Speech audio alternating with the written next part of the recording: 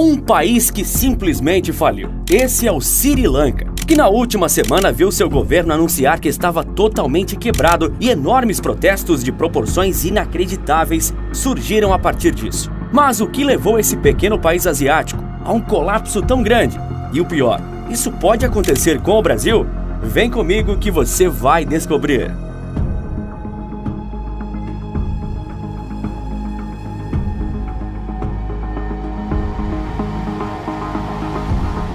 Milhares de cidadãos invadindo o Palácio Presidencial. Lá, imagens de cidadãos usufruindo de todos os luxuosos cômodos do palácio são gravadas. Todos mesmo. Os manifestantes se banham nas piscinas com chafarizes, mexem no rico guarda-roupa presidencial e fazem uma bagunça no quarto do presidente. Ou melhor, ex-presidente. Um dia antes dos gigantescos protestos irromperem no país, Gotabaya Rajapaksa simplesmente havia fugido, deixando todo um caos para trás. Enquanto a nação mergulhava na desordem, na pobreza e em incertezas, membros do governo foram flagrados correndo desesperados com as malas em mãos em direção a um navio no porto que os levaria para uma base militar. Um porto seguro para eles, sem dúvidas. Dentre todos os membros do governo, apenas o primeiro-ministro Mahinda Rajapaksa, irmão do presidente Gotabaya Rajapaksa, permaneceu em sua residência oficial. Como pode um país desmoronar no intervalo de alguns dias e de forma tão chocante?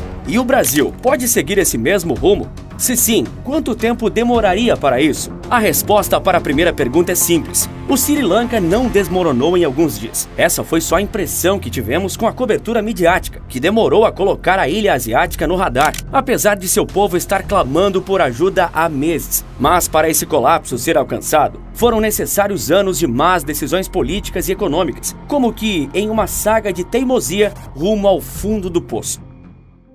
Para o socialista Sri Lanka, alguns fatores explicam sua falência, sendo os mais notáveis a nova política monetária, mudanças na agricultura, a crise sanitária de 2020 e o conflito que está acontecendo entre Rússia e Ucrânia, que já estamos carecas de saber. Esses fatores se somam uns aos outros, mas alguns são mais importantes, por mais que pouco falados.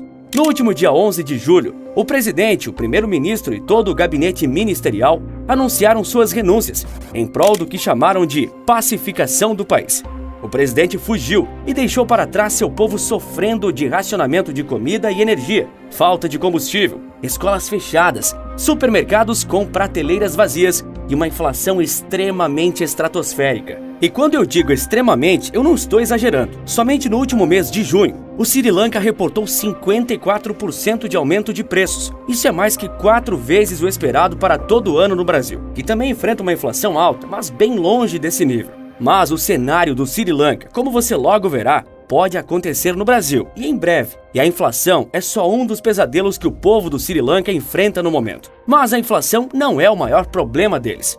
O governo socialista anunciou em abril que estava sem reservas cambiais em dólar ou euro, o que tornou impossível a importação. Foi o começo da falta de combustíveis, o que gerou um efeito cascata, que vai desde apagões até escolas fechadas e o funcionamento apenas de serviços essenciais. Afinal, não tem como um país funcionar sem energia. Isso deveria ter feito com que os governantes repensassem suas políticas monetárias, certo?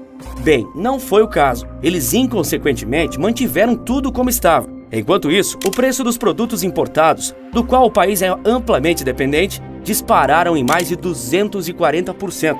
O Banco Central chegou a dobrar a taxa de juros para frear o consumo, mas isso de pouco adiantou, já que o problema inflacionário não era por conta da população estar comprando demais, mas sim por haver produtos de menos. Também houve redução de impostos para aliviar o preço final aos consumidores, o que se mostrou um tiro no pé, pois assim o próprio governo ficou sem dinheiro para pagar suas dívidas, o que fez com que ele desse calote na dívida externa pela primeira vez em sua história.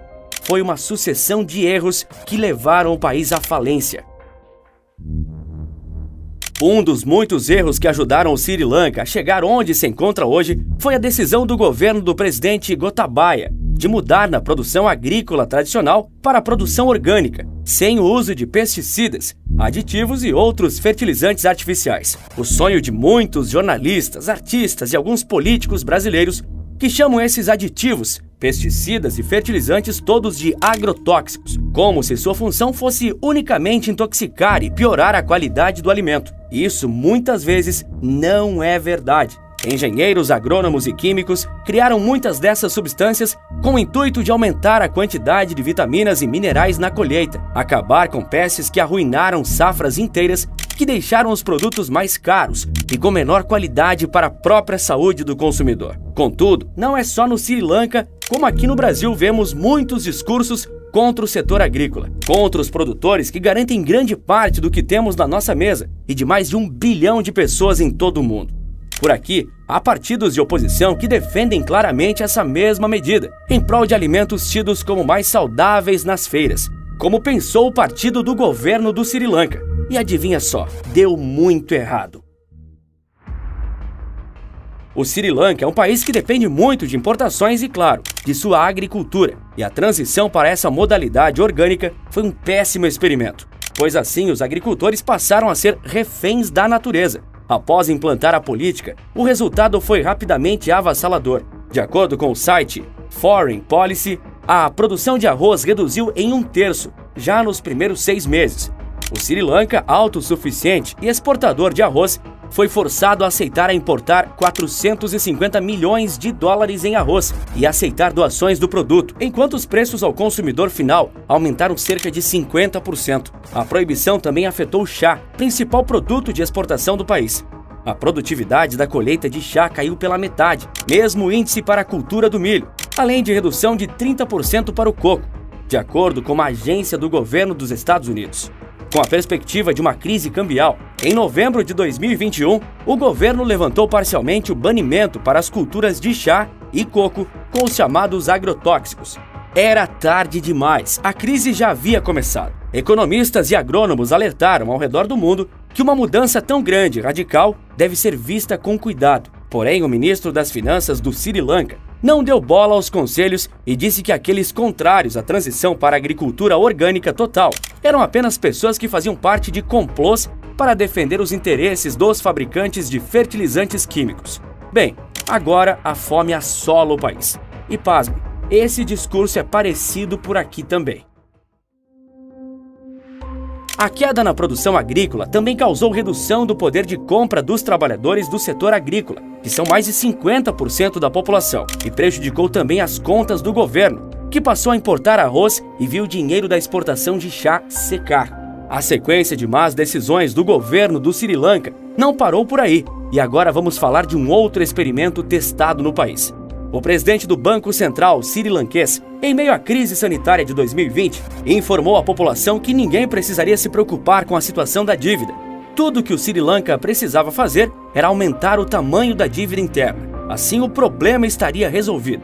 De acordo com ele, uma vez que a dívida externa do país em dólares subisse e o dólar ficasse caro para eles, o governo emitiria mais do próprio dinheiro nacional, distribuindo títulos do Tesouro Nacional. Esses títulos, que são a dívida do Tesouro, seriam absorvidos pela população do país. Então ele usaria esse dinheiro que a população pagaria pelos títulos para comprar mais dólares. Assim o preço do dólar cairia e tudo voltaria ao normal. Segundo os economistas do Banco Central do país, um país com soberania de impressão de dinheiro à dívida interna não é um problema. Parece piada, né? O Sri Lanka é o primeiro país do mundo a fazer referência oficial à teoria monetária moderna, como justificativa para a impressão de dinheiro. Essa teoria diz que todo o dinheiro é do Estado, e se existe uma crise ou baixo crescimento, é porque tem pouca moeda no mercado. Laxman começou a operar as impressoras dia e noite. Seu sucessor no Banco Central, Ajit Nivar Cabral, que também negou a ligação entre imprimir dinheiro, inflação ou desvalorização da moeda, continuou a política. Entre dezembro de 2019 e agosto de 2021, a oferta monetária do Sri Lanka aumentou 42%. Parece absurdo pensar que um político no comando de um país ou um presidente de banco central levariam a sério um modelo econômico que diz que, por estar no comando de um país soberano, você pode simplesmente imprimir muito dinheiro e gastar, como se não houvesse amanhã. E, novamente, tudo isso parece até uma piada.